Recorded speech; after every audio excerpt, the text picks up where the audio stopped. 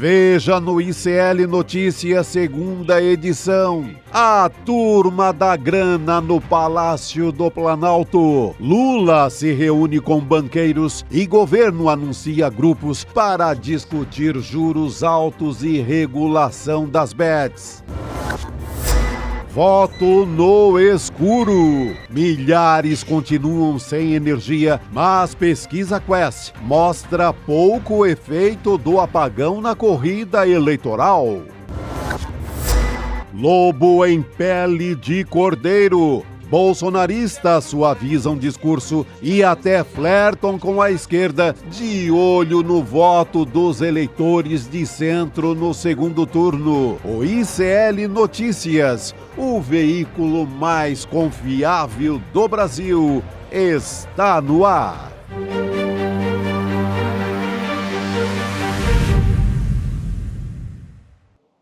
Olá, boa noite. Seja muito bem-vindo, seja muito bem-vindo. ICL Notícias, segunda edição, está no ar. Estamos ao vivo a partir de agora nos canais do Instituto Conhecimento Liberta e Eduardo Moreira no YouTube, também na Pop TV, no Rio Grande do Sul. Infelizmente, a gente abre este programa falando mais um dia em que milhares de pessoas estão sem luz em São Paulo. A gente vai falar a respeito disso, também resultados de campanha, né, eleitoral para segundo turno, já tem pesquisa saindo. Vamos começar a partir de agora. Muita notícia por aqui. Boa noite, Chico Sá. Boa noite. Fábio Panunzi, meus queridos. Boa noite, Gabi. Boa noite, Chico. E boa noite para você que está ouvindo. Você trocou de lugar ou eu tô... Viu, né? Não, acho que estranho o pessoal hoje, percebeu. Tá uma disposição diferente aqui no estúdio hoje, porque a gente vai receber convidados. Sim. Já adianto para vocês que a gente vai ter convidados, porque hoje é um dia super importante para a gente aqui no ICL. A gente vai ter um debate às 8 horas da noite, né, discutindo os caminhos para a esquerda. A partir das 8 horas da noite a gente vai ter, então você vai assistir, vai acompanhar com a gente as notícias até às 7h30, depois vai começar uma contagem e às 8 horas você pode acompanhar o debate. Essa semana a gente está fazendo 4 anos de ICL, então tem muita gente especial, olha aí, no ICL Debate, o que a esquerda deve fazer para recuperar espaço perdido, com a participação do nosso time de jornalistas também. Dura missão da esquerda, hein? Mas vai ser um belo debate. Tem muita gente boa, olha só, a gente está acompanhando Lindbergh Farias, Gessé, Manuela Dávila, o Edu vai mediar essa conversa, a Márcia Tiburi, Jânio Manuel, também o Renato Freitas. 8 horas da noite vai ser o horário do nosso debate. Então se prepare aí, mas a gente ainda tem muita coisa a discutir aqui no ICL Notícias, segunda edição, gente. O balanço da própria Enel, que no começo do 5º dia de apagão, hoje estamos chegando ao 5º dia, olha só, mais de 90 mil imóveis continuavam sem energia. Eu não sei se a gente já teve um apagão deste tamanho aqui em São Paulo, Chico, sendo bem sincero. O novembro do ano passado, esse... aquele novembro do ano passado, parecido, mas esse, esse vai sair campeão. Esse está chegando, esticando mais do que o outro. A prefeitura também falou a respeito disso, né, que a Enel executou menos de 1% das podas em árvores em contato com fiação elétrica em São Paulo. Porque tem essa Eu questão, acho a esperteza, né? da prefeitura. A prefeitura descobriu uma boa forma de tirar a responsabilidade por poda de árvore. O prefeito Ricardo Nunes, no último debate da Band, Panunzi, ele encontra uma forma que ele diz: algumas árvores a Enel é que deve podar, outras é a prefeitura. Então, já jogou para cima da Enel também. Sabe, já jogou tudo para cima da Enel. Prefeitura não tem responsabilidade sobre nada que acontece em São Paulo. É a prefeitura de São Paulo, mas já aconteceu aqui, não fale com o prefeito que eles não têm responsabilidade alguma. Então, acho que estão jogando e está dando tão certo para a prefeitura que mantém com os mesmos números na pesquisa. O povo de São Paulo está comendo essa lorota, está caindo nessa lorota que nada é culpa da prefeitura. Pois é. Tem mais um agravante, porque isso é malandragem, né? É óbvio que se não tem luz é porque caiu a árvore em cima do poste. É evidente. Atribuir tudo ao desleixo da Enel, que realmente é uma empresa desleixada, é uma saída política, mas é até desonroso falar isso, sabe? Porque é óbvio que a responsabilidade é da prefeitura, porque é ela que tem um programa de podas, ela que tem o equipamento, é ela que tem a obrigação de fazer isso, salvo em alguns poucos casos em que existe, né, galho no meio da fiação, que são essas árvores da Enel, que eu acredito que... Agora, O problema é o seguinte, para caracterizar essa situação política, tá um vale tudo, inclusive na justiça, esse negócio de a prefeitura foi a justiça e não sei o que mais. Hoje teve uma juíza aqui em São Paulo que isentou a Enel de qualquer responsabilidade sobre o prazo de encerrar esse suplício que está sendo imposto à população de São Paulo. Vocês viram, Chico? Sim. Que absurdo. Quer dizer, a Enel não tem um deadline, né? Numa emergência como essa. Exato. A Enel não tem um deadline. E aí vão multar a Enel em R$1.000 para cada árvore caída. Quantas são? 7 mil, diz o prefeito aqui que eram 130 e poucas. A R$1.000 são 139, não faz nem cócega no bolso da Enel. Nada. Absurdo total. Então, assim, o jogo tá... E aí vem a história, né? Porque a população caiu nessa esparrela. A população está atribuindo tudo, como disse ontem o Demore, né? Ao acaso. A intempérie, ao mau tempo. Parece que todos somos azarados, né? Sim. E ainda pensar que hoje nós temos aí cerca de 400, 300 e poucas mil pessoas ainda sem luz há 5 dias, né? A gente, inclusive, vai ter de novo azar. Eu estou falando aqui entre muitas aspas, para quem não está vendo, né? Porque eu estou fazendo aspas aqui no vídeo. Porque a gente vai ter de novo... Tem previsão de chuva nos próximos dias, da próxima sexta, no domingo, e temporal. Então, pode ser que a situação se agrave ainda mais em São Paulo, Chico. Agora, sobre essa história, a gente tem dados a respeito disso. A Enel recebeu 240 mil pedidos de poda, só que ela só fez 1.730 dos pedidos, né, que foram feitos, dados que foram obtidos pela TV Globo. Aí a prefeitura foi questionada, a própria Enel também foi, a gente está colocando os dados aí na nossa tela. Então, em 2023, o total de pedidos, mais de 248 mil, não executada, olha o tamanho, é todo esse espaço em laranja à esquerda, executou pouco menos de 3%, em 2024 não chegou nem a 1%, Chico, das execuções do total, dos pedidos que foram feitos. Elas querem lucro, né? Cada execução dessa demanda uma equipe. Para que gastar com essa equipe? Normalmente são equipes terceirizadas que recebem por árvore podada ou por poste de luz e etc. Então, para que gastar mais? O importante é manter o quadro bastante enxuto, revelar isso aos investidores no mundo inteiro, não é? E ganhar mais dinheiro, rios de dinheiro. Quando acontece um desastre desse, que ainda permanece atanazando, acabando com a população de São Paulo, que está no escuro ainda, não é com a gente. E o diretor de operações da Enel em São Paulo, que é o Darcy Dias, sabe o que ele diz? Que a empresa, né, que é a Enel, desconhece os números que foram apresentados pela prefeitura e alegou que a Enel fez 160 mil podas na cidade de São Paulo esse ano. Pergunto, né, para quem está sem luz ou para quem ficou sem luz, se acha que o número de podas foi o suficiente. Eu acho que não, né? Eu acho que esse número de 170 mil podas é um exagero cabal, porque o total de podas executado pela prefeitura não foi 35 mil? Sim. Então, assim, não vejo que esse dado tenha cabimento, a não ser que estejam contando por folha, né? Talvez, assim. A Enel abateu 170 mil folhas. Eu acho que você matou a charada agora, por folha. É inacreditável mesmo, gente. Agora, quando a gente fala de Enel, obviamente a gente cai no debate, né, em São Paulo. Então, hoje saiu a Quest, pesquisa de São Paulo, em outras também cidades, a gente vai falar a respeito disso aqui, mas vamos falar primeiro das intenções de voto para segundo turno em São Paulo. Foi feito entre domingo e terça-feira, ontem, então já pega esse momento de São Paulo sem luz, né, do apagão. Sim.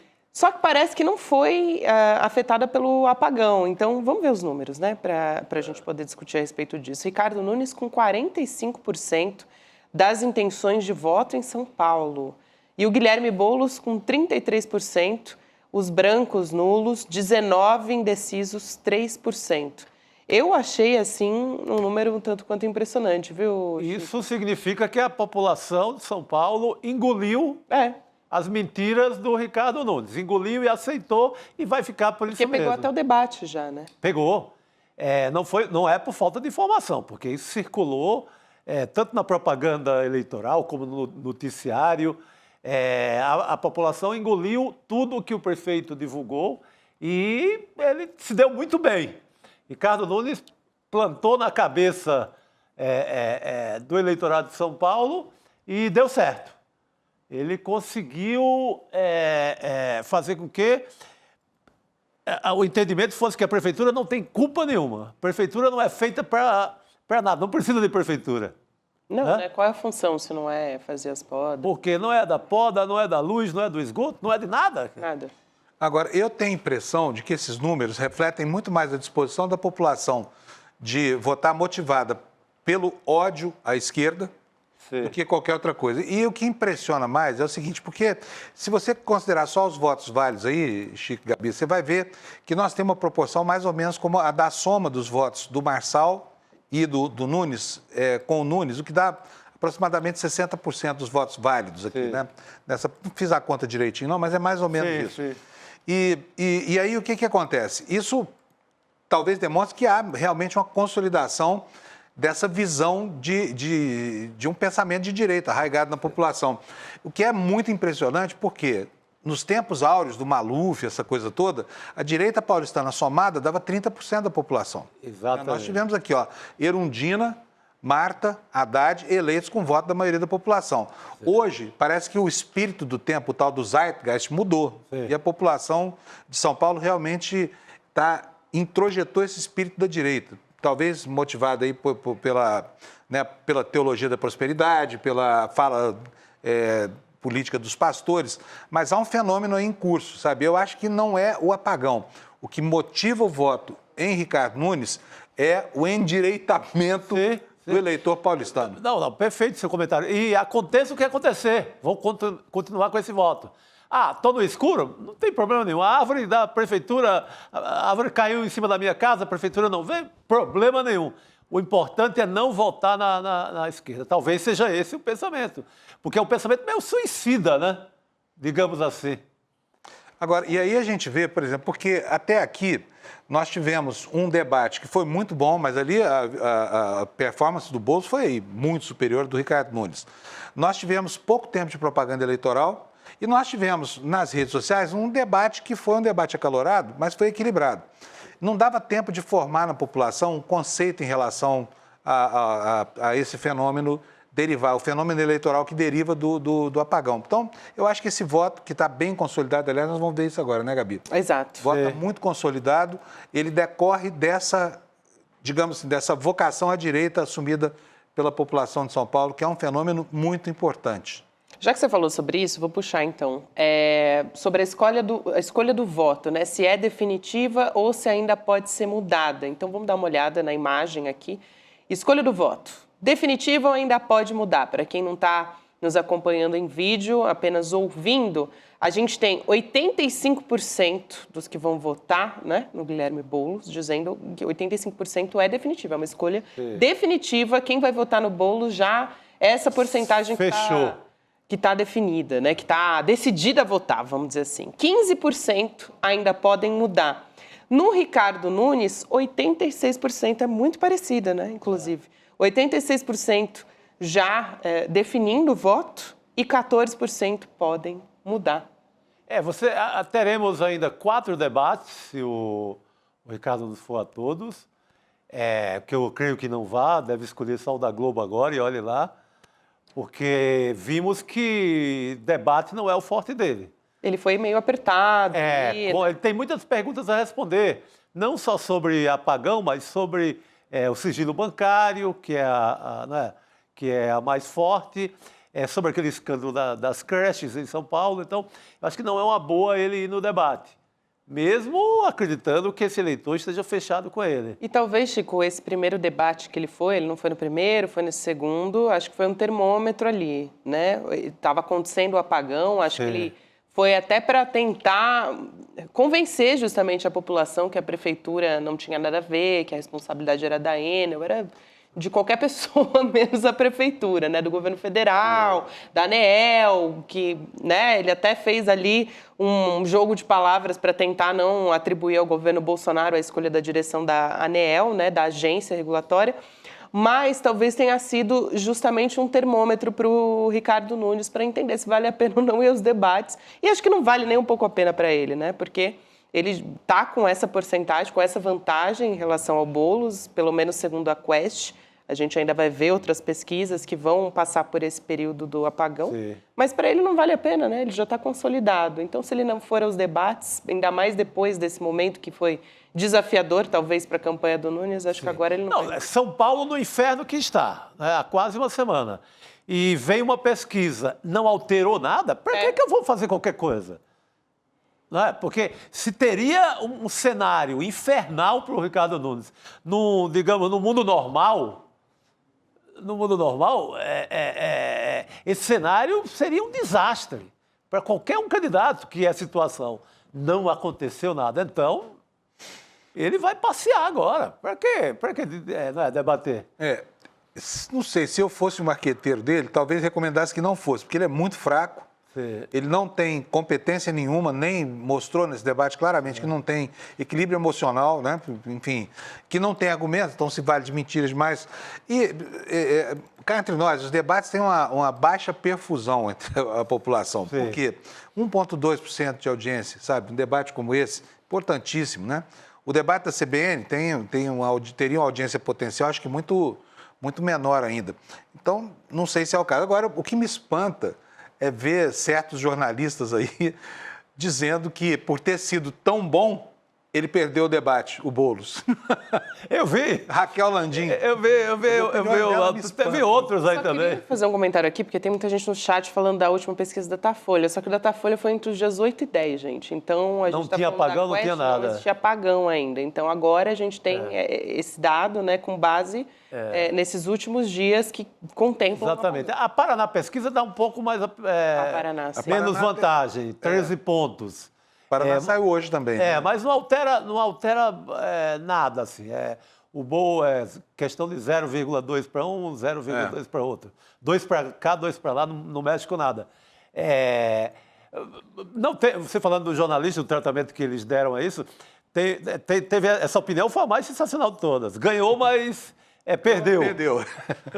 Ganhou o debate, perdeu. Agora, chamar o Ricardo Nunes bem preparado é meio fora da curva. Digamos que é um exagero. Ele está acomodado ali, né, gente? Ele não precisa fazer nada. Ele conta com um antipetismo gigante, um anti-esquerdismo gigante, que talvez, a gente vai ter esse debate aí da esquerda, talvez o grande desafio, a grande pergunta é essa: como combater esse antipetismo, esse anti-esquerdismo, se mesmo diante de um apagão, de um desastre, de um caos em São Paulo, não altera nada uma situação. O que você faz? Se amarra no poste, grita, pula da torre da Paulista? Porque se nada altera, gente. Então, quem é que falou? Foi o Harari? Não sei, que as pessoas não agem movidas pela realidade material objetiva. Elas agem movidas por desejo do campo da ideologia, da religião. Essas são as causas que levam a humanidade, inclusive, às guerras, né? E são as causas que acabam determinando votos também. Então, talvez a percepção da realidade não tenha sido forte o suficiente, porque o que precisa? Mais do que um hecatombe nuclear para fazer o eleitor de São Paulo perceber a barafunda que está enfiado? Talvez Elô Vilela ajude a gente até essa aí Elô decifra. Vamos chamar a Elô para a nossa mesa redonda aqui, já falando do apagão. Ah, a cara dela. Não é justo, Gabi. Isso não é justo. Ô, Elô, mas foge da nossa capacidade aqui. Tem que ser você, por favor. Olha, quando eu era uma jovem jornalista, eu ouvia dizer sempre lá nos Estados Unidos que it's the economy, stupid. É a economia, é o bolso, é o que está é onde o eleitor sente. Parece que agora não é mais, ficou tudo assim etéreo, subjetivo. Eu acho que não, acho que no fim das contas acaba sendo sempre a realidade concreta. Por isso que eu gostei demais de um vídeo que eu vi da campanha do Boulos, onde ele faz assim o trabalho de repórter. Não sei se vocês viram. Ele entra na casa das pessoas, ele mostra as árvores caídas, conversa com todo mundo, aqueles, todo mundo falando o que aconteceu, como sofreu. Eu não sei se essa pesquisa teve tempo de incluir todo o sentimento que vai estar em torno disso aí, o resultado da campanha em cima dessa realidade concreta. Talvez ainda dê tempo aí para a gente ver algumas mudanças na opinião do eleitorado, os indecisos tomarem uma posição, quem ia votar nulo acabar decidindo votar, não sei. Eu acho que alguma coisinha aí ainda vai mexer. Eu acho muito absurdo demais imaginar que esse apagão não vai mobilizar ninguém, não vai mexer em nada dessas intenções de voto. Eu acho que ainda tem espaço, ainda tem tempo para que isso acabe pesando um pouco. Vai mudar completamente o quadro? Infelizmente, ainda tem mais chuva. Pois é. Infelizmente, tem mais problema à vista. Então, assim, não vai mexer em nada o quadro? Acho difícil. Vai mudar o suficiente para assegurar a vitória do Boulos? A gente também não sabe. Mas eu acho que vai mexer. Alguma coisa vai mexer, porque a realidade concreta é inescapável, gente. Não tem como. Eu acho que a gente também pode ter algum resultado mais para frente também, mas que assim, eu fiquei surpresa com esse primeiro resultado, assim, da Quest, porque foi a primeira pesquisa que a gente teve, eu imaginei que a gente fosse ter alguma diferença em relação a antes do apagão. Agora, eu acho também, Elo, e eu quero acreditar também, não é só que eu acho, eu quero acreditar que as pessoas vão... Você não acha que leva um tempo para cair a ficha, para a pessoa depurar aquela informação, transformar isso em ação, né, em decisão política? Eu acho que tem um tempo isso, tem um tempinho. Eu acho que tem um pouco para maturar ali a discussão entre vizinhos, entre pessoas ali na firma, nos seus lugares de encontro. Eu acho que demora um pouco para formar uma opinião. Não é só 5 dias de apagão que vai fazer, não é 5 dias de caos que vai alterar. Acho que precisa de mais um tempo mesmo. Mas tem também aquilo que o Demore levantou ontem, né? Que é essa questão do conformismo das pessoas diante de tragédias climáticas ou ambientais, essa coisa toda, que elas costumam atribuir isso a Deus, enfim, a outros desígnios. E aí isso pode turvar a compreensão, né? Mas houve protesto também. Ontem eu estava vendo, tinha muita gente na rua colocando fogo, assim, até para chamar atenção, né, para a manifestação e dizendo, gente, um monte de gente acho que já está fazendo esse primeiro movimento, né? Hoje a gente está falando aqui na quarta-feira, ontem era terça, então é isso. Acho que também dá para talvez esperar digerir melhor. Na próxima pesquisa de intenção de voto, pode ser que a gente veja ainda um cenário um pouco diferente. Acho que vale a pena, sim, essa ponderação que a Elo fez aqui. E também tem outros modelos de pesquisa também. A Atlas, se eu não me engano, é aquela que as pessoas fazem pela internet, né? Sim, então, imaginando que uma parte das pessoas ainda não podem nem fazer essa pesquisa porque não tem acesso à luz, enfim. Também. A região que está mais caótica não vai ser ouvida, né? Então, pode ter isso aí também. Importante. Vamos dar uma olhada em BH também, Belo Horizonte, Chico, porque a gente tem uma situação lá interessante também. O Fuad Noman foi o candidato à aposta, né, dos eleitores para combater a extrema-direita, do Bruno Engler, do PL. O Fuad Noman, que é do PSD. Está na frente, viu, das pesquisas, Chico, 46%, Panunzio, 37% o Bruno Engler, a indecisos 5%, brancos e nulos 12%. Elo, a gente vinha falando também aqui sobre a firmeza dos votos, eu acho que já vale a pena a gente puxar também. Firmeza do voto dos eleitores essa escolha definitiva ou ainda pode mudar? E também um cenário muito parecido, 77% dizendo que sim, tem certeza que vão votar no Fuad Noman, do PSD, que é o candidato. Não é, gente, um candidato à esquerda, tá? Mas não, o candidato do campo democrático. É centrão do centro mesmo. É o centrão. E o Bruno Engler, que é o candidato do partido do Bolsonaro, com 78% também definidos. Então, é um cenário interessante aí em Belo Horizonte. Vai acontecer pelo menos o menos pior, né? O que está rolando em BH seria um resumo. Porque a esquerda lá... É uma situação parecida com o que a gente teria aqui em São Paulo se nós tivéssemos Pablo Marçal contra o atual prefeito, o Nunes. A gente ia ficar aliviado se fosse o Nunes. Mas... A diferença é que o Nunes é apoiado por Bolsonaro, diferente né? Disso. A diferença é porque o Bolsonaro tem o vice, diferente. o Nunes tem o vice do Bolsonaro. Isso. Mas seria esse perfil de político, direita né? Contra a direita, a gente acaba torcendo por alguém que é menos. Eu acho que tem um pouquinho de diferença aí, porque a coisa de umas 3 semanas ou 4 eu já tinha ouvido em conversas lá no Palácio do Planalto que essa era a aposta do governo Lula, né? Que o Fuad Oman era a aposta do governo Lula para enfrentar o bolsonarismo, que ele apoiou o presidente Lula no segundo turno da eleição presidencial. Então, que havia, sim, e havia até uma certa irritação com o deputado do PT, né, porque ele andou atirando contra o Fuad Oman, que o Palácio não queria isso, não. E aí ele acabou até ocorrer ficando lá embaixo, né, nas pesquisas, com 8%, se não me engano. Então, a aposta do governo Lula era mesmo nesse candidato do PSD. Então, assim, eles não consideram ele um cara assim tão à direita como o Engler, né? E na disputa de São Paulo, fosse Marçal, fosse Nunes, o PT não ia, o presidente Lula, o governo Lula não ia apoiar ninguém, né? O PSD, pelo menos, faz parte pelo menos supostamente, né? Faz parte da base do governo. O PSD está no governo. O ministro que discute a questão do apagão ou não, é do PSD, do Kassab. Vamos lembrar, né? Está saindo no pau, né? Com o Nunes, está quebrando. Há uma guerra aberta entre o bolsonarismo e o PSD. O PSD é um partido que está se aproximando. Quer dizer, as investidas do Bolsonaro hoje o Kassab é um dos principais inimigos do Bolsonaro. Quem diria, aliás? Quem diria? Não, Fábio, bem bom você ter relembrado isso. Aliás, a guerra em Curitiba passa muito por aí. O Bolsonaro quer atingir o Kassab, o kassabismo ali, que é campeão dessa eleição.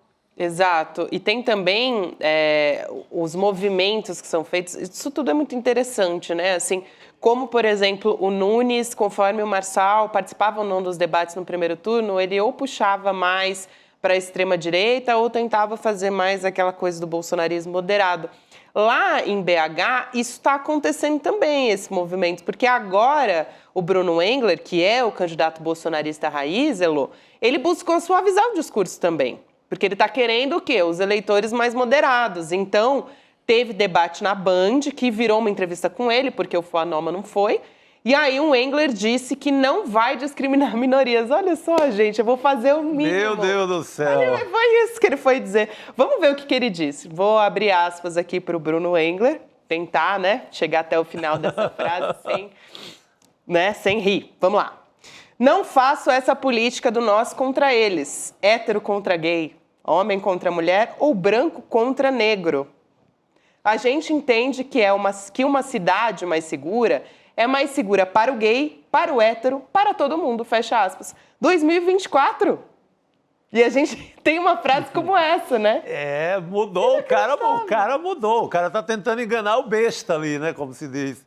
Porque ele e o André Fernandes de Fortaleza. Agora dizem que não atacam mais gays. Né? Pega as declarações desses sujeitos há 6 meses atrás. É um show de horrores. Quem vai cair numa conversinha dessa? Cair no apagão aqui do Nunes, tudo bem. Mas cair na conversa desses caras... E, ao mesmo tempo, você tem umas tentativas... Apertar um pouquinho mais, eles começam a criticar até privatização, né? Aqui já estão criticando. Você vê, o Tarcísio Martelada já está criticando a privatização ali da luz. Ele está dizendo que tem que tirar a concessão para dar para outra empresa, para dar para o mais amigo dele. Né? É puxado, né, Elô? Porque nem a esquerda faz essa crítica abertamente sobre as privatizações. Sim. Obrigada, Gabi. Obrigada. Olha, agora nós tivemos aqui em São Paulo também uma tentativa na semana passada do Ricardo Nunes de se aproximar do bolsonarismo quando ele disse que não faria de novo, né, as exigências da carteira. Teve que explicar isso no debate. Sim. E você tem no Ceará uma coisa ao contrário, que é a esquerda tentando se aproximar do bolsonarismo também. Né? Que aconteceu em outras cidades grandes. Lá na minha cidade aconteceu isso. Um dos candidatos lá, que era um candidato de centro-direita, ficou o tempo inteiro querendo se afastar da peste de ser comunista, entendeu? Porque estavam dizendo que ele era aliado do PT que disputava a prefeitura com ele. Então, É um balé de posições estranho de ver esse que aconteceu. Cada cidade é uma história. Pois é, e tem Fortaleza. Não, e a maneira como Diga, se Lu. apropriam de certos conceitos é que é dolorosa, né? O cara de centro-direita, tem gente chamando ele de esquerda, de comunista. Meu Deus do céu, é realmente uma maçaroca para deixar todo mundo louco. É isso mesmo.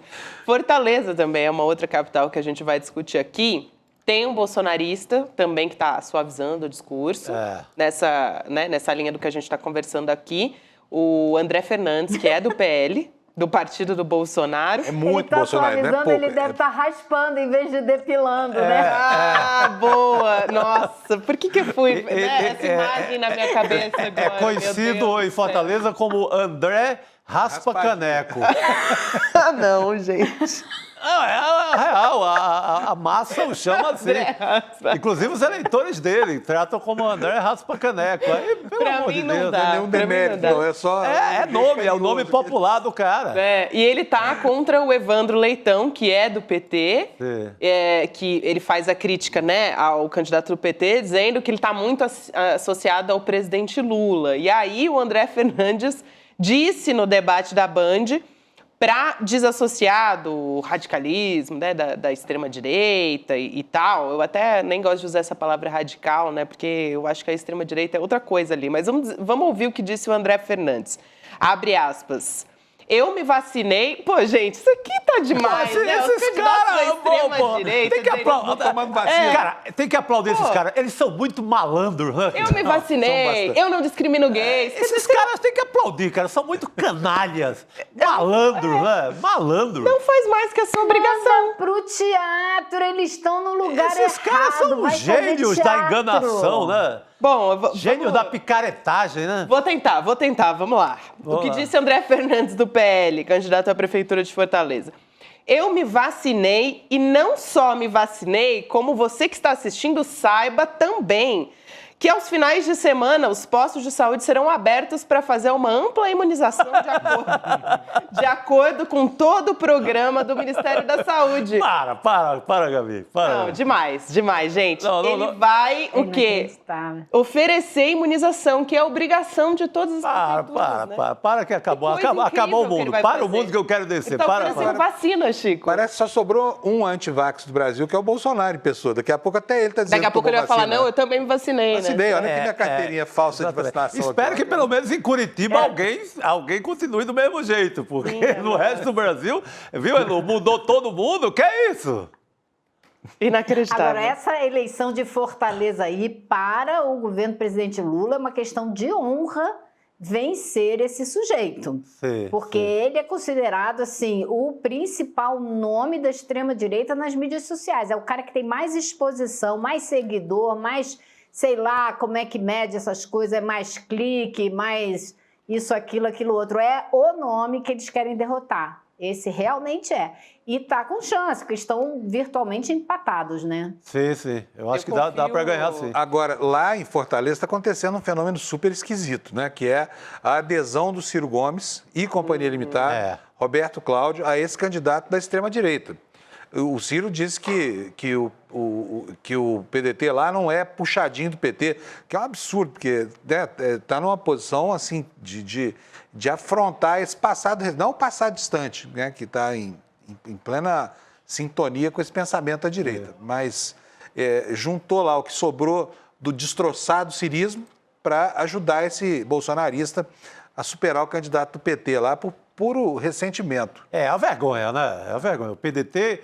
O velho PDT de Leonel Brizola, nessa situação, meu Deus do céu.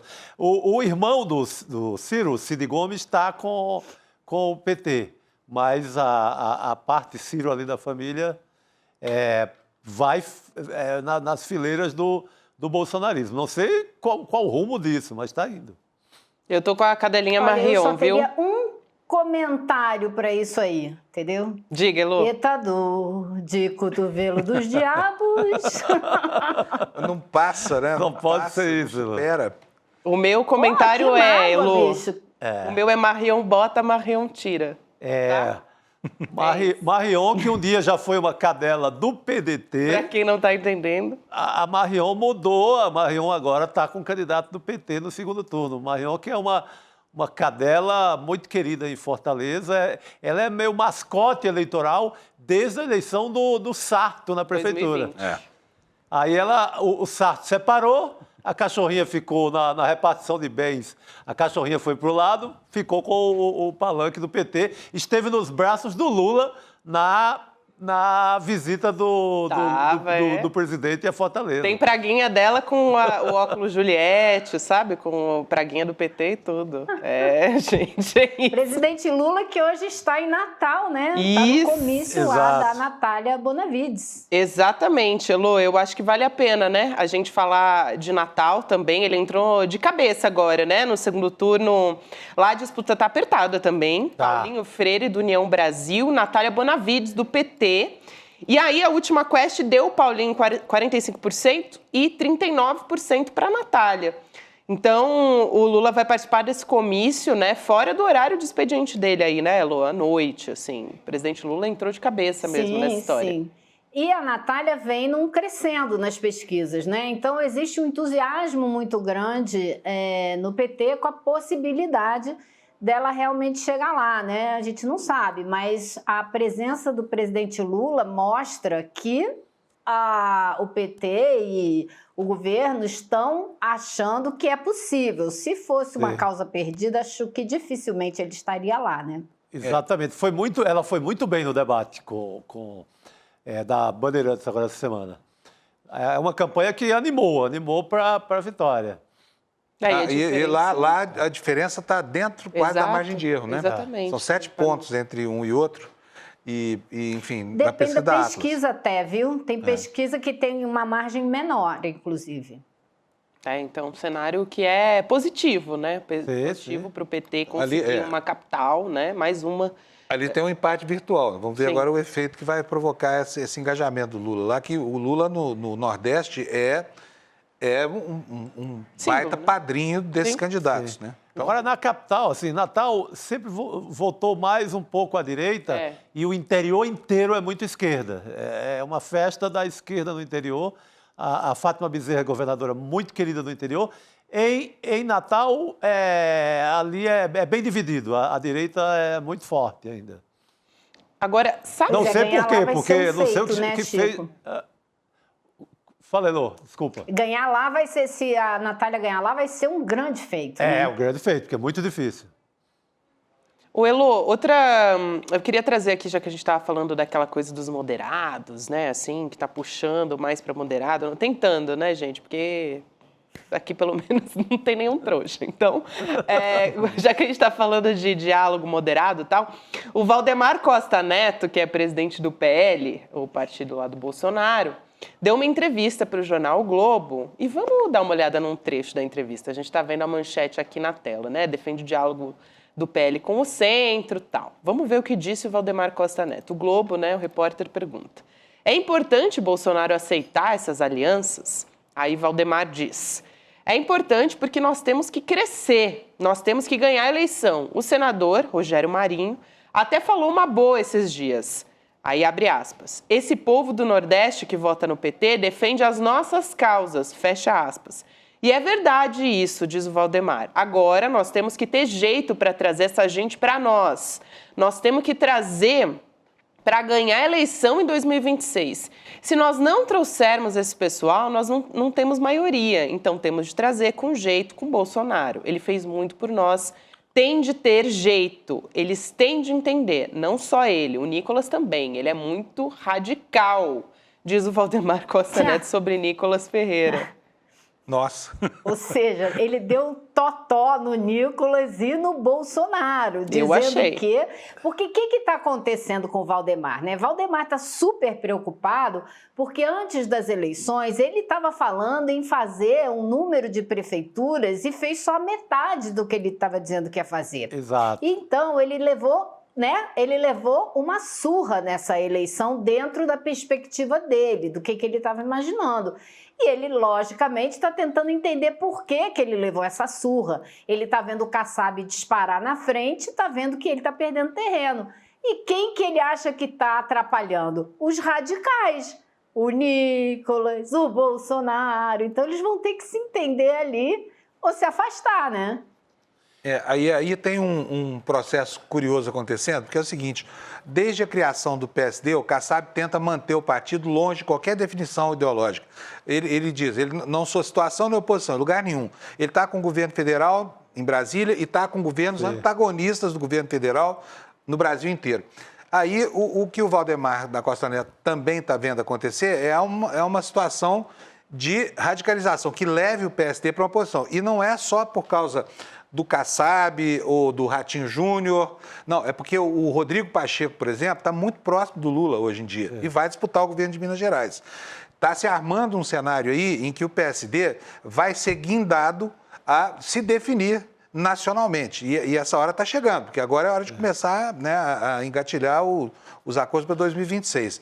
Então, parece que o temor do Valdemar... Agora, quero ver como é que vai botar Bolsonaro e Ratinho Júnior, como é que vai botar Bolsonaro e Kassab numa mesma mesa agora para fazer esse acerto. Agora não vai de jeito Vai ser definido. Olha, pelo pouco que eu conheço do Kassab, se o Lula segue forte, vai com Lula agora, espera Lula sair das disputas e vai com o Tarcísio depois. Vai com os dois. Ele está no governo do Tarcísio e está também no governo Lula. Ele tem ministro lá no Lula e ele está dentro do governo do Tarcísio. Ele vai agora com Lula, depois ele pula para a canoa do Tarcísio mais adiante. Vai nos dois, vai onde tiver verbas fartas, e esse é o pensamento do Kassab. Ele deu uma entrevista que ele falou isso com todas as letras, praticamente. Né? Exato. Ele falou, não, Lula para a próxima eleição é muito forte, eu aconselharia o Tarcísio a esperar e tal, o Tarcísio é para outra eleição e tal. Ele já está anunciando o jogo dele bem claramente, né? Agora, acho que não há a menor dúvida que é muito mais fácil para ele continuar numa aliança com o governo Lula do que trabalhar uma aliança com Valdemar e esse povo, né? Porque quem que você acha que consegue conversar melhor e ajeitar? O Lula ou o Bolsonaro? Exatamente. Acho que tem a menor dúvida, né? Até porque um deles é campeão mundial de conciliação, como diria o Medo e Delírio em Brasília, né? Total. E isso desde... Medalha de ouro! Medalha de ouro. O próprio Valdemar que falou que Lula é um encantador de serpentes. É verdade. Então, Nossa, mesmo. lembrado, é bem lembrado. Até ele já disse isso. A qualidade é o que a gente mais reclama também, né? Perfeito, Elô.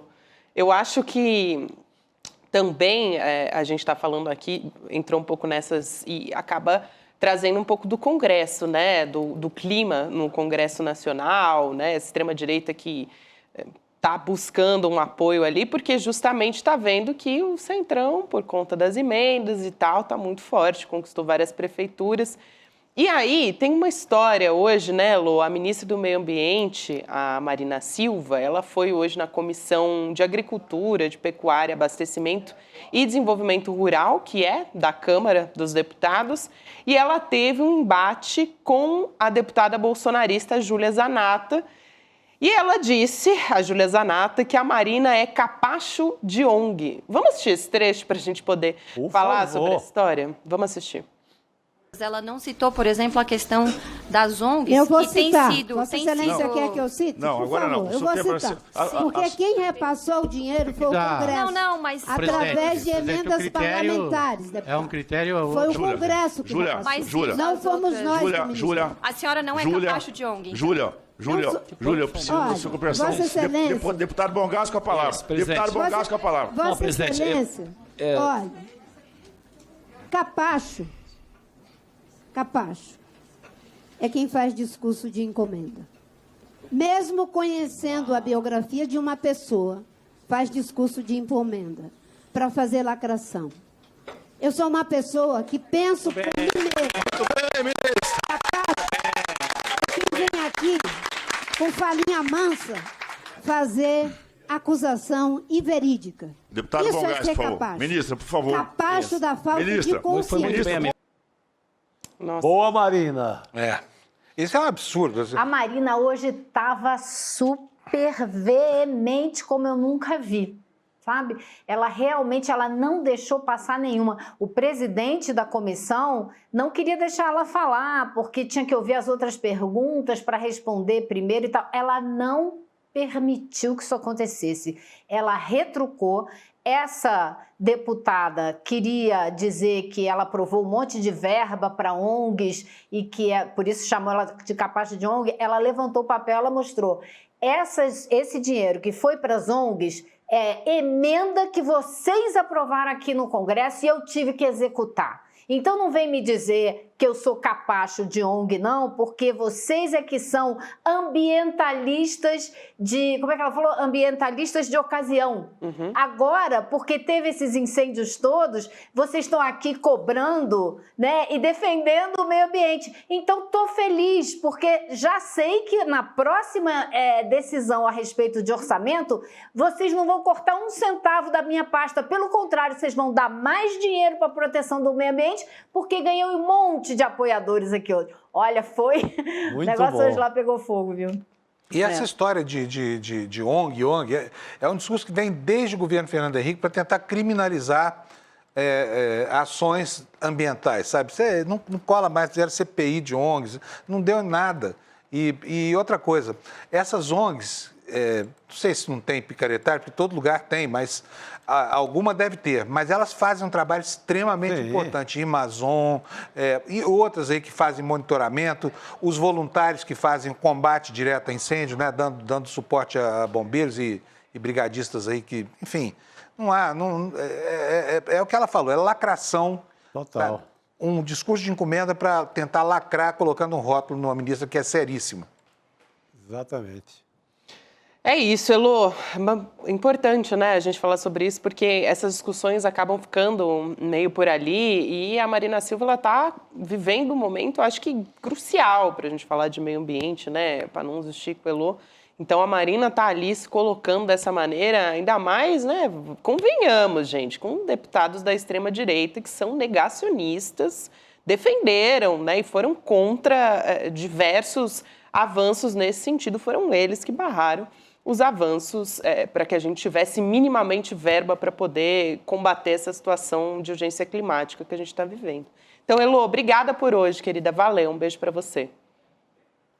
Ok, pessoal, até. Até. Boa noite, querida. Obrigado. Olha só, já falei sobre isso, mas quero lembrar que estamos no aniversário de 4 anos aqui do ICL e o nosso tema do debate é o que a esquerda deve fazer para recuperar espaço perdido.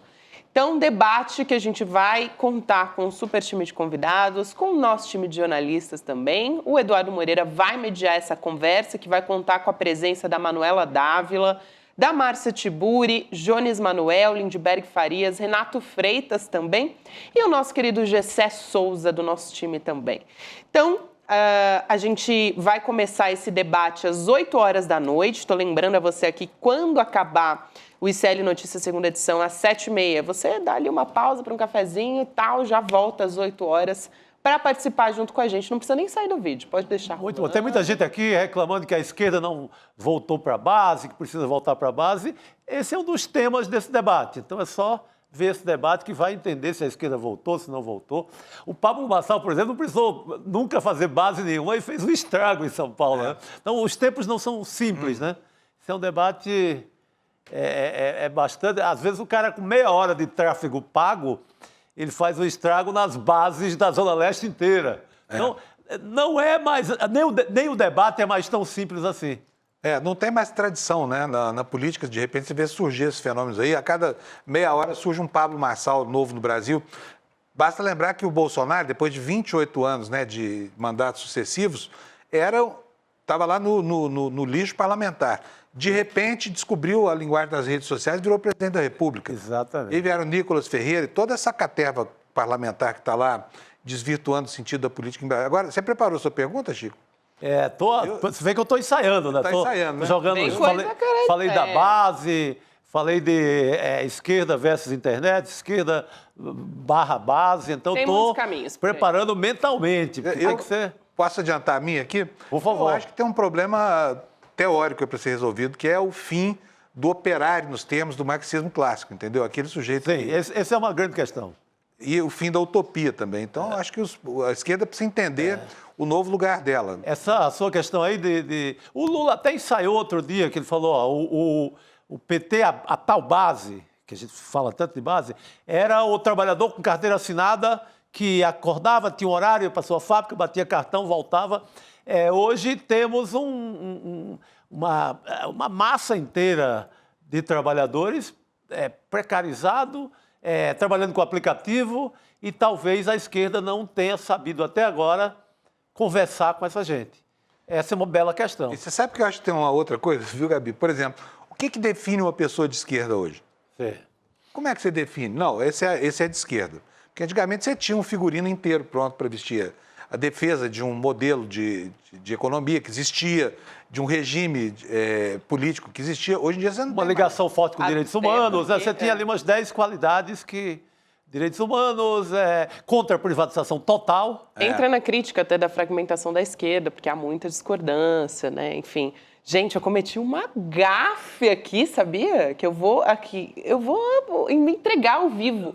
Eu me despedi de Heloísa Vilela e não era pra ter. Oh, meu Deus do céu. Olha ela lá. Volta, Elô, volta, Elô. É isso mesmo, Gabi. Tchau. De mim, Gabi. Nunca, Elô. Arrasada. Nunca. O povo pede, volta, Elô. Inclusive, vou fazer o meia-culpa aqui ao vivo. E olha só que surpresa boa. Teremos a Elô por mais tempo, então... Só coisa boa. Além de me desculpar, eu ainda chamo de volta. Hoje, bicho. É assim que a gente gosta, Elô. É porque a gente teve algumas mudanças aqui, né? A gente tem essas mudanças no jornal. E aí... eu me confundi e me despedi da Elô. É isso. Então, vamos lá. Vamos seguir o jogo aqui. A gente continua falando a respeito disso. A respeito, né, de algo pouco comum na política também. A gente estava discutindo antes sobre Congresso e tal. Hoje, aconteceu algo... O Panunzi também vai poder falar bem sobre isso, porque é um movimento interessante, vamos dizer assim, né, Elô? Que é o presidente Lula... com o presidente de bancos privados do Brasil. O que estava fazendo o presidente Lula neste encontro, gente? Ele se encontrou com uma galera, tá? Febraban, Isaac Sidney, presidentes do Bradesco, do Itaú Unibanco, Santander, do BTG Pactual. Também, ministros da Fazenda, Fernando Haddad, Relações Institucionais, Alexandre Padilha, então, governo federal, junto com os presidentes dos bancos. E foi um pedido dos próprios bancos, né, Lô? Eles queriam apresentar para o presidente Lula a visão dos bancos sobre a conjuntura econômica. Aí teve uma coletiva e foi anunciado um grupo de trabalho para discutir os juros altos. Então vamos por partes. O presidente da Febraban chegou a dizer que bancos não gostam de juros altos, tá? Ah, é? Não gosto não. Você estava pronto para essa, Chico Sá? Não. Olha, até o Raspa-Caneco... Sabe o que tem mais? O Raspa-Caneco sendo a favor da vacina, eu até acho que pode fazer um sentido eleitoral. Mas banco dizer que não é a favor de juro alto, essa não cola. Aí é a mesma coisa assim, Lula convocou ou aceitou o chamado lá da Raposa para discutir a segurança do galinheiro. Total. É exatamente isso que aconteceu. Então, também teve, Chico Sá vem acompanhando muito de perto o problema das bets e tal, também se discutiu isso lá nesse encontro, tá? O risco de endividamento para as famílias e tal. Agora, Elô, pelo amor de Deus, explica pra gente, né? Os presidentes dos bancos contra os juros altos. Nossa. Os caras querem aplicar, né? Os caras querem aplicar. Eu que não caio nessa. Tem várias coisas aí. Muitas camadas. Mas eu acho que tem... exato. Tem, por exemplo, bets. Eles estão preocupados com inadimplência. As pessoas estão se endividando, não tem como pagar de volta. Eles querem saber de ter o dinheiro de volta. Eles não estão... Você acha que estão preocupados? As famílias estão sofrendo. Com endividamento.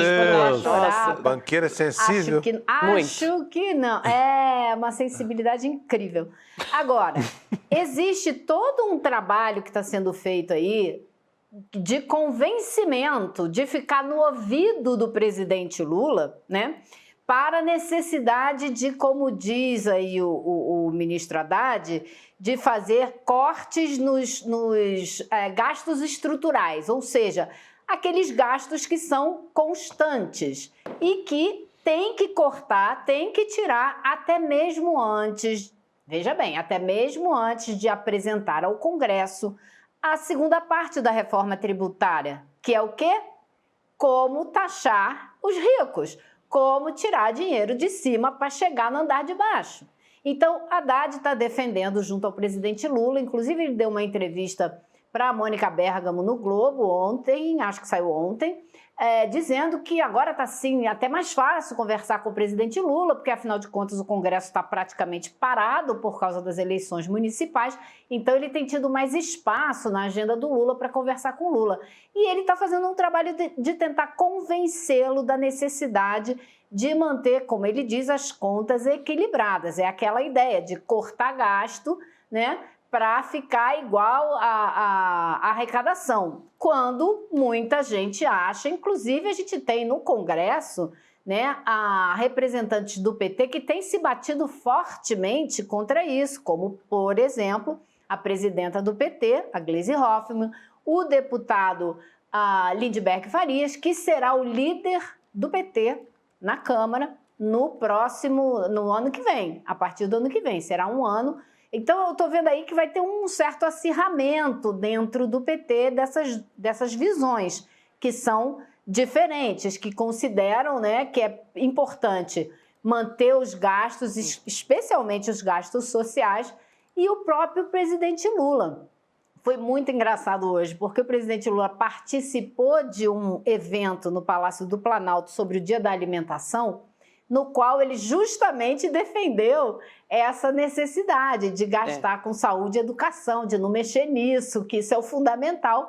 E depois foi para essa reunião com os bancos ouvir justamente o oposto, de que é preciso ajustar os gastos para que eles caibam dentro do orçamento. Eu achei engraçadíssimo porque nessa entrevista do Haddad para Mônica Bergamo, ele relatou um tipo de conversa que ele tem com o Lula, com o presidente Lula, onde ele começa a explicar a necessidade desses ajustes, como ele diz, porque ninguém gosta de usar a palavra corte, né? Uhum. E que o presidente Lula vira para ele e fala, mas eu vou cortar dos pobres? Como assim? Então é essa equação que está na mão do Haddad. Que tipo de arrumação, de ajuste ele vai propor que não tire o pobre do orçamento que o Lula fez questão de colocar. Né? Então, essa é a batata quente que ele tem na mão. Você falou sobre a declaração do presidente Lula nessa cerimônia mundial da alimentação, né? A gente tem a frase aqui, vou até trazer, porque é interessante isso que a Elô trouxe. O Lula diz o seguinte, qual é o problema que nós enfrentamos? É um problema que repercute nas manchetes dos jornais, repercute nos editoriais dos jornais e no chamado mercado. Toda vez que a gente está cuidando de fazer política social, é tratado como gasto. Não é à toa, foi uma doutrina de palavras criadas para induzir a gente a determinados erros. Então essa foi a frase do presidente Lula que a Elô estava comentando ali, esse posicionamento dele antes do encontro com os banqueiros. Agora, deixa eu fazer um comentário aqui, porque é o seguinte, me parece paradoxal que o presidente que tem esse raciocínio, que é realmente assim a linha mestra do governo dele, receba esses banqueiros para falar de ajuste fiscal. Por quê? O que o banqueiro quer? O banqueiro quer que o governo não produza déficit para ter liquidez, para que ele possa receber esses juros absurdos. E olha, um assunto que não foi discutido. Não foi discutido isso é óbvio que foi discutido lá, redução da Selic, mas não com a assertividade que esse assunto merece. Porque, olha, quando você fala de BET, você está estuprando moralmente um país por causa de 3 bilhões de arrecadação por ano. Quando você fala de super salário, você quer cortar, e eu acho que com muito mérito, 3 a 4 bilhões. Se cortar 0,5% dos juros da taxa Selic, o que acontece? São 21 bilhões por ano a menos. 2% são 42 bilhões. 3%, sabe? Não tem cabimento o Brasil com essa taxa de juros absurda, que é uma taxa de juros de agiota. O investidor esperto pega dinheiro no Japão, onde os juros são negativos, e bota aqui e depois devolve para lá com ganhos gigantescos. Não é possível que numa reunião como essa isso não seja tratado seriamente. E aí vem essa coisa hipócrita de falar que banqueiro não gosta de juro alto. Não gosta pinóia. Eles acham ótimo, porque esse único cliente deles, porque não dão dinheiro para mais ninguém na economia, é um dinheiro muito bem remunerado e muito seguro. Por isso que eles querem que o governo produza déficit. É isso. Ô, Panúzio, essa é a queda de braço fundamental, né? você vai simplesmente continuar com essa retórica, como o presidente Lula disse, né? Com essa, não sei qual, esqueci a palavra que ele usou agora, mas com essa retórica que foi incutida na cabeça das pessoas, como também foi incutido na cabeça das pessoas que empresa privada que administra serviços essenciais bem, a gente está vendo muito bem aí em São Paulo o que levou essa retórica, né? Então, essa é a queda de braço. Você falou em 0,5%, né, de queda da Selic, geraria aí uma folga de 20 bilhões para o governo. É justamente esse volume que eles querem criar de espaço nas contas, 20 bilhões. Então, pronto. Eles anunciaram hoje que vão fazer um grupo de trabalho dos banqueiros dentro do Conselhão para discutir por que os juros estão nesse patamar, como que poderiam ser reduzidos, etc. e tal. Vão anunciar, instalar esse grupo de trabalho já na semana que vem, segundo disse o ministro Padilha. É muito fácil, desce esse juro aí 0,5%, acabou, não precisa cortar nada. Está resolvido, então, exatamente. Essa queda de braço tem que ficar muito clara. E acho que, assim, o Haddad, na entrevista que ele deu para a Mônica Bergamo, no final, ele diz assim: mas eu não posso dizer o que o presidente Lula vai decidir, eu só posso apresentar para eles as sugestões, porque no fim das contas a decisão é dele. Ainda bem, né, eu acho. Ainda bem, ainda bem. Por isso que o Lula antecipa e diz: educação e saúde não tira daqui. Agora, nós vamos ter também a chance de ver como é que vai funcionar o Galípolo lá na presidência do Banco Central. Eu, francamente, não acredito em mudança nenhuma, porque nas reuniões do Copom com os diretores já indicados pelo governo Lula, a postura é a mesma. É uma política absolutamente conservadora e sacana, porque está drenando a riqueza do país para o bolso desse... Aliás, banqueiro não perde nunca. Não perdeu no tempo da inflação, porque com a inflação só eles que ganhavam. Depois acabou a inflação, vieram as tarifas absurdas que não se cobram no mundo. Ganharam de novo. Agora, esses juros distorcidos, qualquer coisa, o presidente da República espirrou 3% a mais na taxa de juros, sabe? Sempre eles ganham. A gente faz muito tempo que não ouve falar aqui no Brasil, de um banco que tem enfrentado situações de dificuldade. Não é por causa de uma gestão eficiente, nada. É porque eles ganham dinheiro demais. Eles são riquíssimos. São muito ricos. Ninguém não precisa nem ter uma gestão eficiente. Não precisa, não só não precisa, como não tem, né? Então, e querem colaborar com o país, vão lá encontrar o presidente, abra mão de 0,5% desses juros, já está bom. Né? Já teria os 20 bilhões aí para resolver a parada. A conciliação é só do lado do governo. E não ia fazer diferença nenhuma no resultado financeiro desses bancos. Nenhuma. Porque eles estão, como sempre, lucrando como nunca. Então, era tirar um... E é isso, a reforma tributária tem que visar isso. Tirar um pouquinho lá de cima, que aqui embaixo vai ser uma festa. Gente. Só a gente dar uma olhada, né? Vou falar para a pessoa aqui que está nos acompanhando, né? Pessoal, audiência. Coloca lá, lucro... primeiro trimestre de 2024, Itaú Unibanco, lucro, BTG Pactual. Dá lá uma pesquisada só para ver, só para ter uma ideia, que a gente não está falando de pouco dinheiro, não. É coisa da casa dos bilhões. Não, balanço de banco no Brasil é uma imoralidade. Trimestre. Agora, também me espanta ver esse tratamento VIP dado pelo governo Lula a bancos, sabe? Todo mundo sabe o que é a Faria Lima, sabe? É veneno puro. Eles são a trincheira ideológica, financiaram grande parte desses movimentos malucos que apareceram no Brasil aqui. Sim. Então, assim, olha, francamente, não consigo entender um governo popular que se comprometeu, não foi primeiro com o equilíbrio fiscal, foi com o efeito social que poderia produzir, né, com uma gestão voltada mais para quem é mais vulnerável. Então, eu não consigo entender essa reunião de hoje. Assim como não consigo entender muitas falas do Haddad, que é uma pessoa que eu respeito, acho seríssimo, mas nesse caso, me desculpem, não faz sentido esse tipo de fala nesse governo. Não, talvez faça falta um enfrentamento, eu digo nem que vá partir para a guerra, porque cai. Qualquer governo que parta para a guerra com Faria Lima ou com o banqueiro, cai. Demora ali 4 meses, cai. Mas é um enfrentamento, pelo menos uma retórica um pouco mais arrojada. Cobrar esse 0,5% a menos de juros já desde agora. Ô, gente, vamos falar também, Vamos ver. Quer comentar ainda, Elô? Eu queria trazer... dizer, vamos ver, porque o discurso do Lula é e as propostas do Haddad são não diria diametralmente opostas, mas são bem distintas. Então, a gente tem que ver no final o que vai resultar dessa... É uma queda de braço, na minha visão, é uma queda de braço que vai ser mais explícita nesse ano legislativo que vai entrar. Muito bem, eu quero dar uma virada aqui no assunto para a gente falar de eleições nos Estados Unidos, tá? Ó, parece que a gente está falando de uma coisa distante, mas não, tá? 20 dias das eleições nos Estados Unidos para a presidência, Donald Trump versus Kamala Harris, né? A votação já até começou, alguns estados podem antecipar a hora do voto e já teve início no estado da Geórgia, né, Lô? Começou ontem. Mais de 325 mil já votaram, o que é o dobro do primeiro dia de votação antecipada da última eleição, que foi em 2020. A gente vai ter as imagens aqui.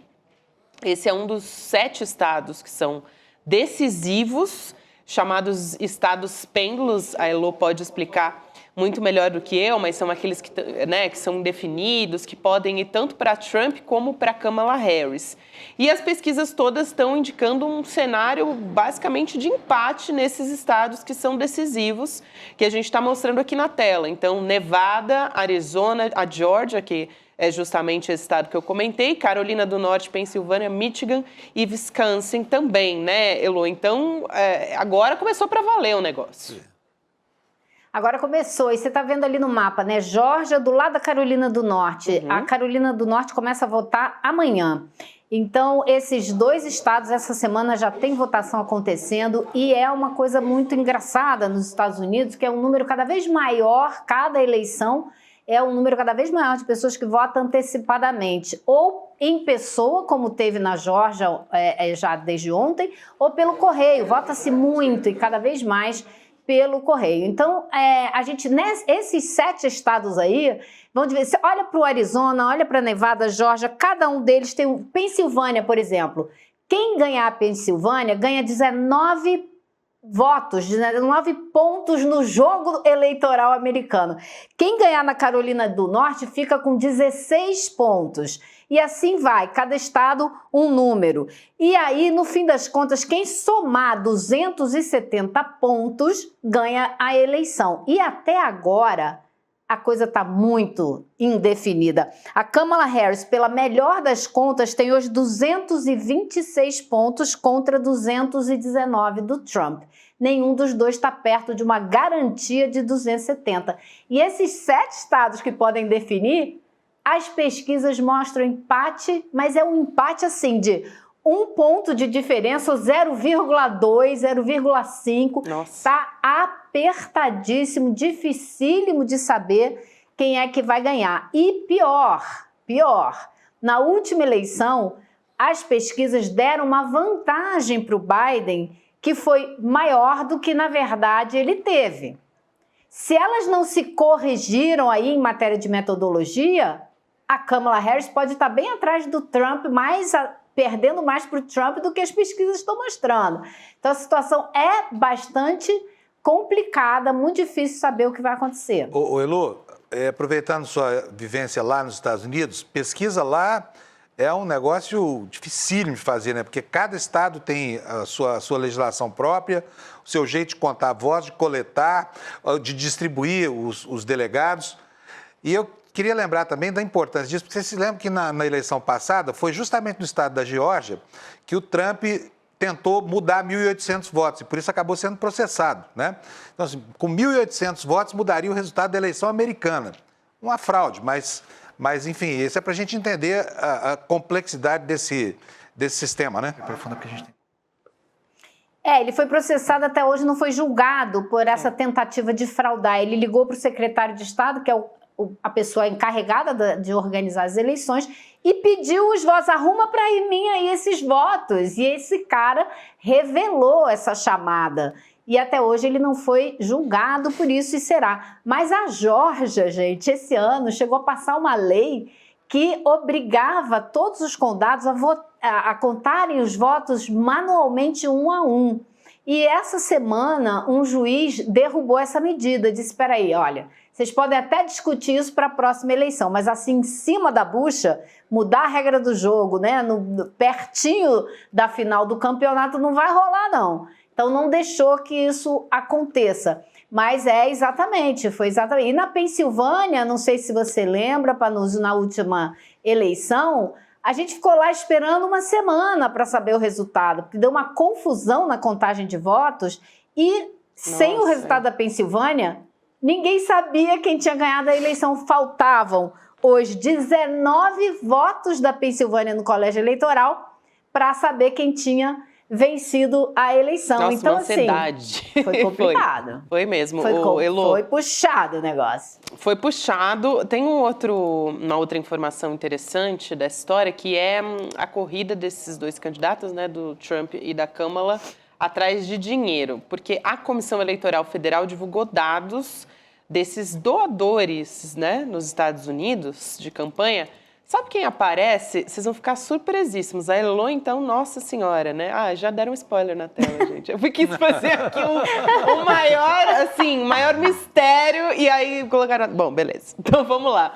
Donald Trump, né? Claro, um dos maiores doadores da campanha Donald Trump é o Elon Musk, né? O bilionário Elon Musk doou nada mais, nada menos do que 75 milhõezinhos de dólares para a campanha do Trump, ou seja, para a gente ter uma ideia aí, né, comparação com reais, 425 milhões de reais.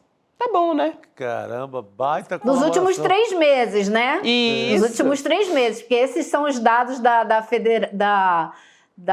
Comissão Eleitoral Federal que saíram agora e que mostraram nos últimos 3 meses. Ninguém sabe quanto que ele vai dar nessa reta final da campanha. Ele está, inclusive, indo a comício. Ele subiu no palanque do comício do Trump, lá na Pensilvânia, outro dia, em Butler, naquele lugar que ele levou o tiro na orelha.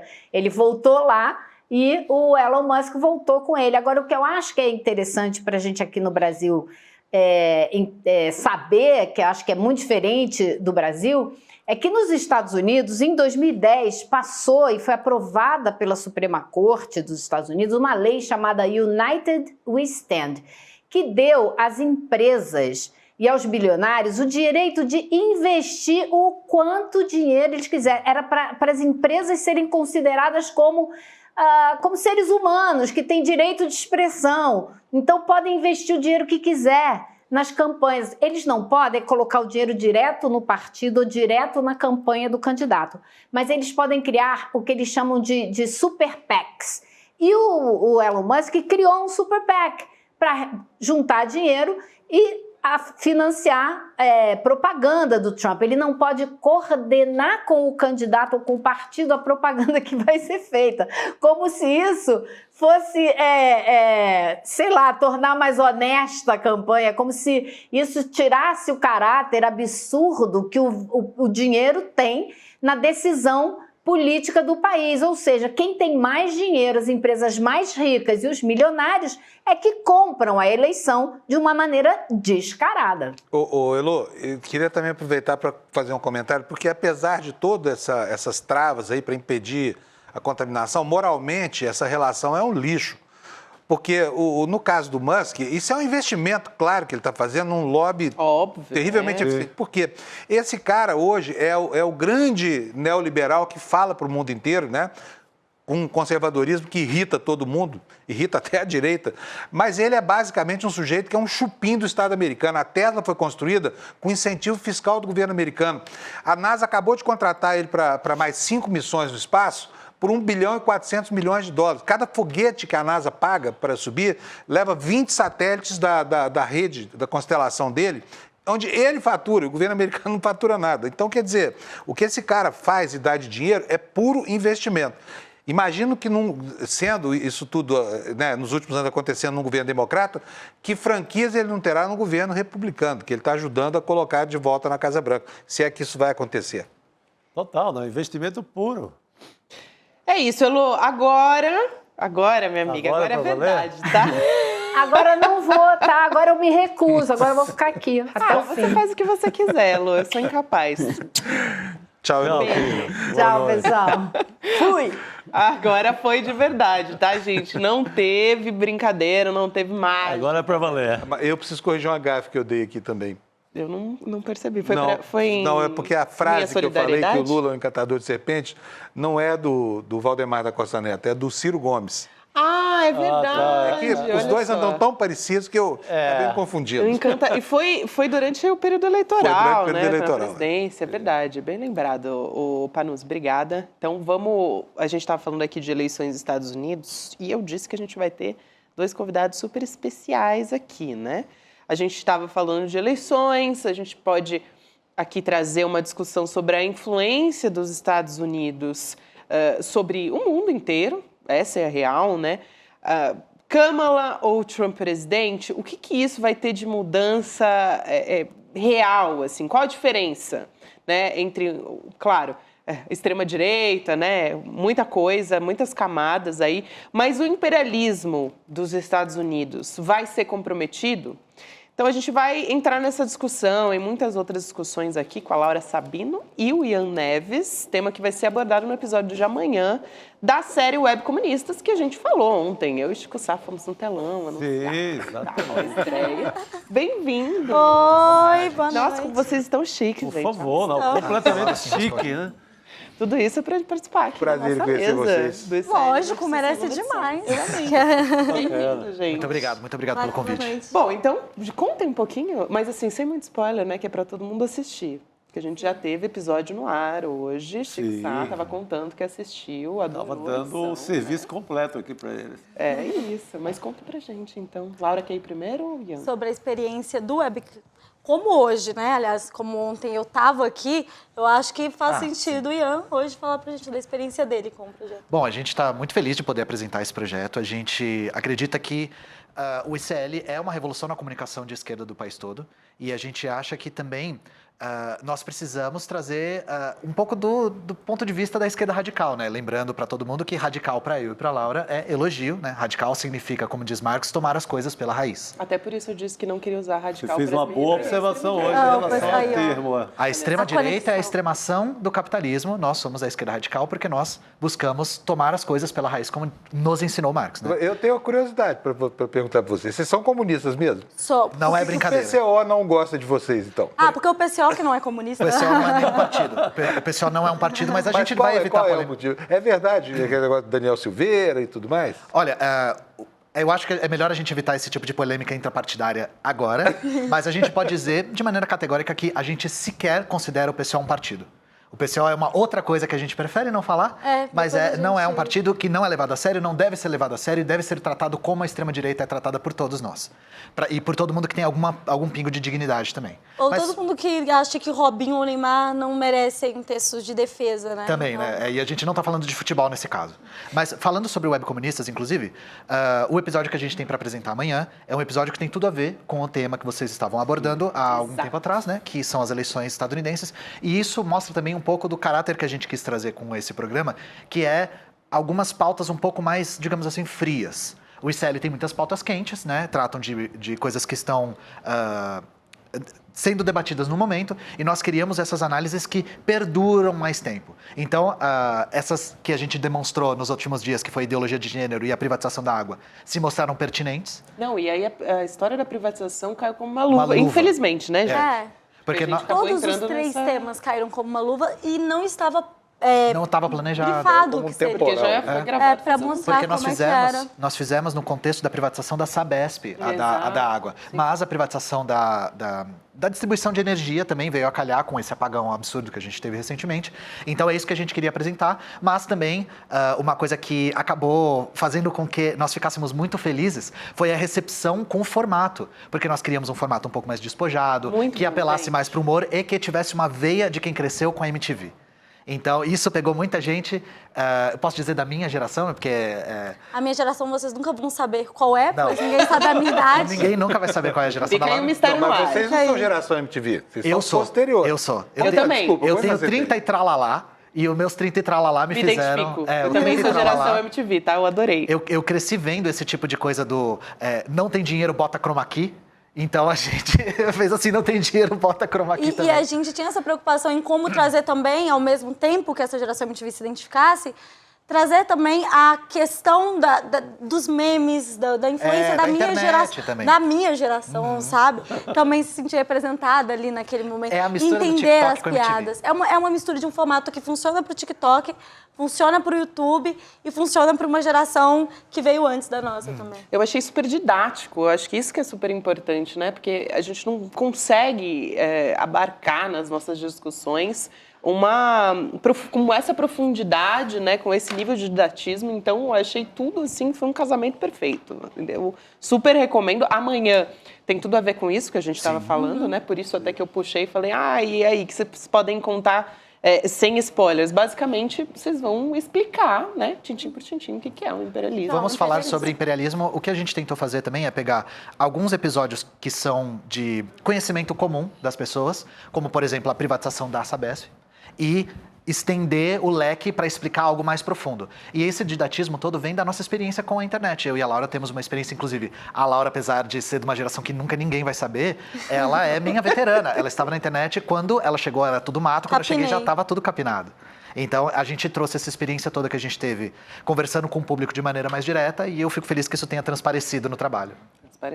Tentar ser simples sem ser simplista, né? Eu acho que foi a nossa Nem um pouco dificuldade. simplista, tá, gente? Vocês estão aprofundando bastante. E no vídeo do imperialismo, assim, eu tenho muito orgulho daquele roteiro nosso, Sim, assim. Eu acho que foi um vídeo que as pessoas vão conseguir conversar e o imperialismo vai deixar de ser aquele ser abstrato que a gente ouvia falar, né? O que é o capitalismo? É o McDonald's? É a blusa do Mickey, né? Ou é ter um iPhone? O que é esse imperialismo que paira, né?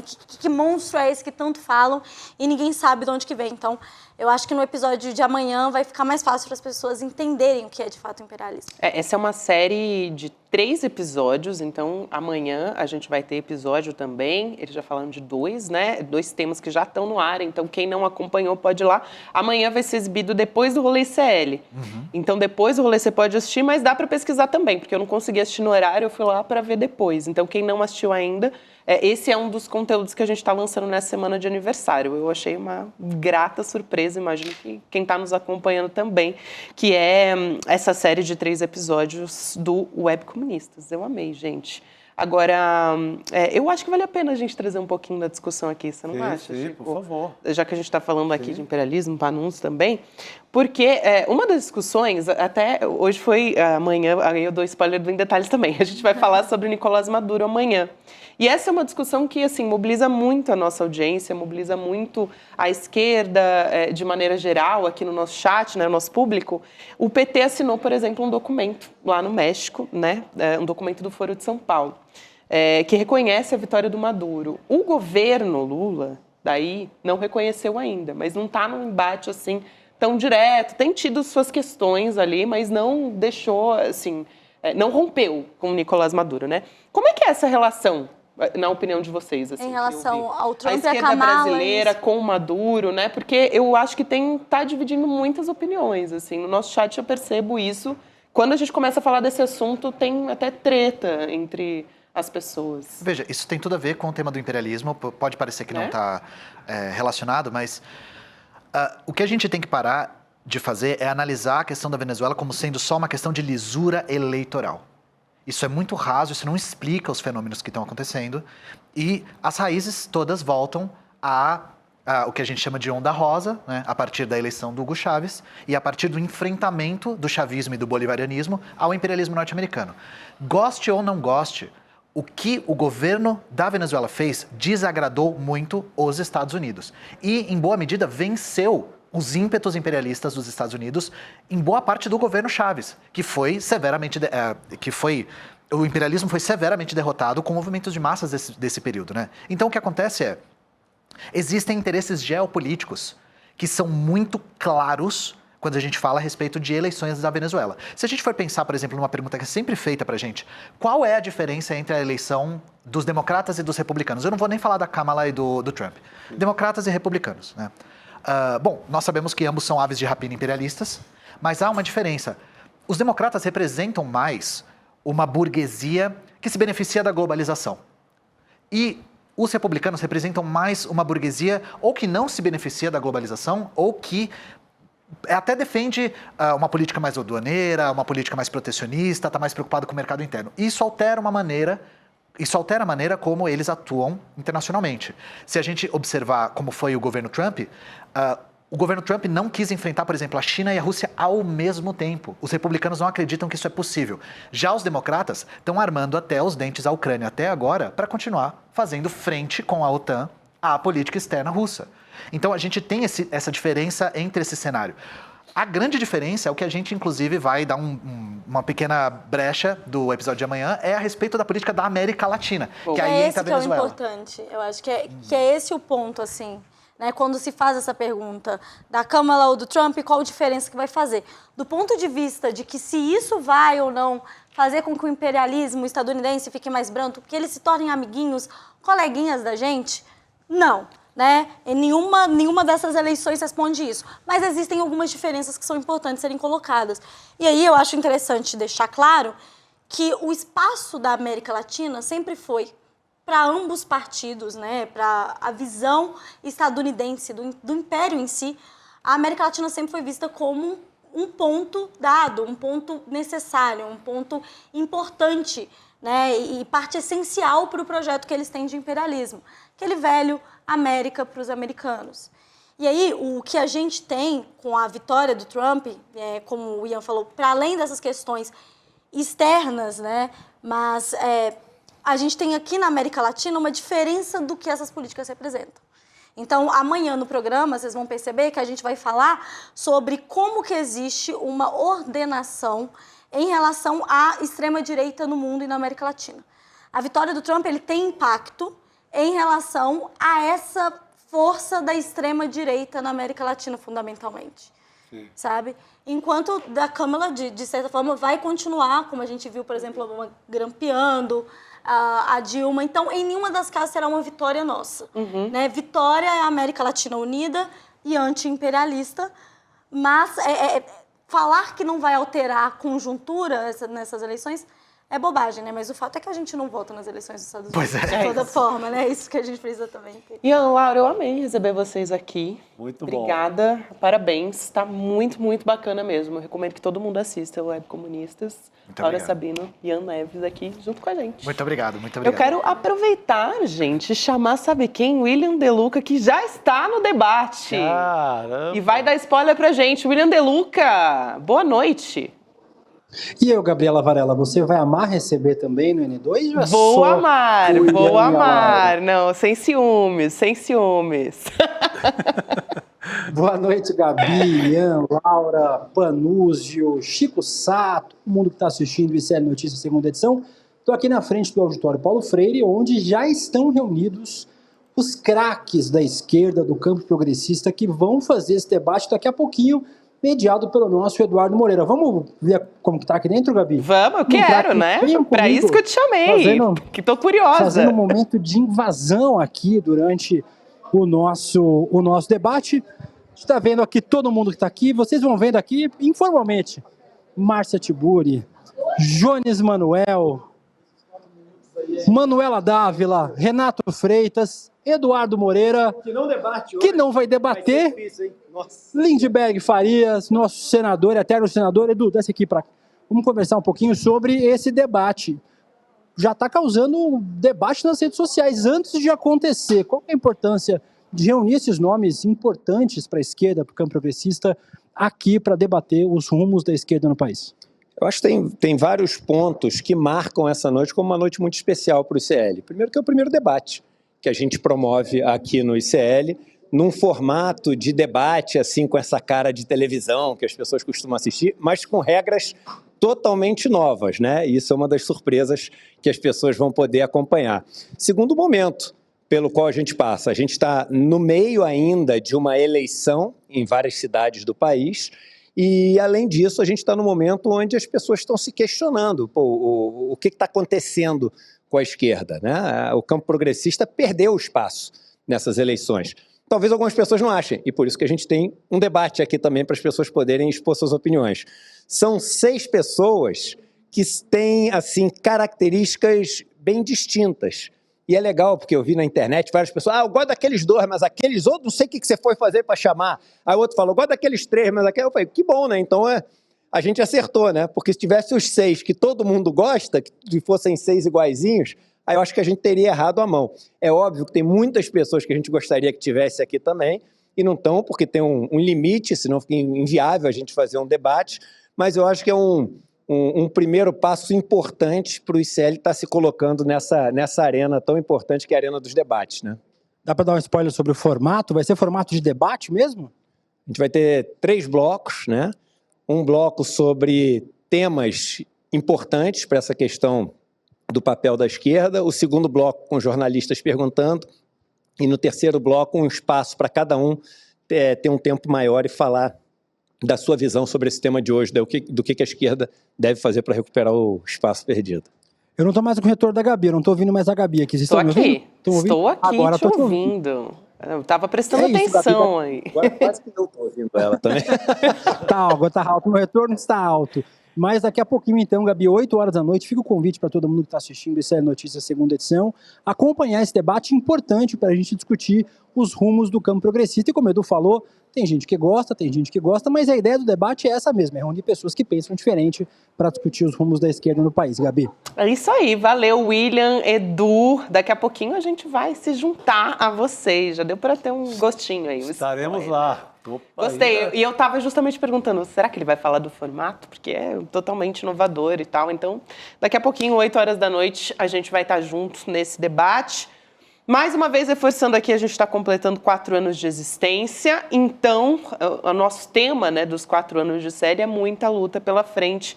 A gente quer te convidar a fortalecer essa nossa luta acessando icln2.com.br. Para a gente, enfim, para fortalecer o nosso trabalho, a gente tem um pacote especial essa semana justamente por conta dos 4 anos de aniversário, com um monte de presente, gente, novidade. A gente falou aqui do Web Comunistas, né? Um desses conteúdos que a gente está preparando para essa semana. Amanhã até tem Felipe Neto, 8 horas da noite também. Enfim, tem uma infinidade de coisas nessa semana de aniversário. Tem os presentes, tem boné, né, que o Chico Sá ontem estava usando aqui. Boné do comandante. Exato. Não é de qualquer um, viu? Então, acessa lá para conferir essas novidades, icln2.com.br. Hoje a gente vai encerrar aqui em grande estilo, com a nossa mesa aqui. Olha, quase derrubei esse celular. Com essa mesa aqui em grande estilo. Fábio Panunzio, Laura Sabino, Ian Neves, Chico Sá, boa noite para todo mundo. Obrigada por vocês, parabéns mais uma vez, gente. E vamos nessa, boa noite para todo mundo que nos acompanhou. Fica com a gente, não sai daí. É só continuar no link que 8 horas, daqui a pouquinho, a gente vai ter o início do nosso debate. A gente vai começar com um cronômetro agora, então você continua, vai aí tomar um café, né, enfim, jantar e volta e fica com a gente no nosso debate. Valeu, pessoal. Até amanhã. O ICL está completando 4 anos na linha de frente de lutas importantes e decisivas para o país. Temos motivos para comemorar, mas com certeza um longo caminho pela frente. A riqueza de nosso país continua nas mãos de poucos. A emergência climática avança ano após ano. A desinformação e as fake news envenenam a democracia. A ganância dos poderosos destrói famílias sem nenhum remorso. E a extrema-direita segue crescendo e é uma enorme ameaça para o Brasil. Por tudo isso, que o ICL não pode e não vai parar. Enquanto houver injustiça, ódio e opressão no nosso país, seguiremos lutando sem descanso. Ainda tem muita luta pela frente. Assine o ICL e lute com a gente.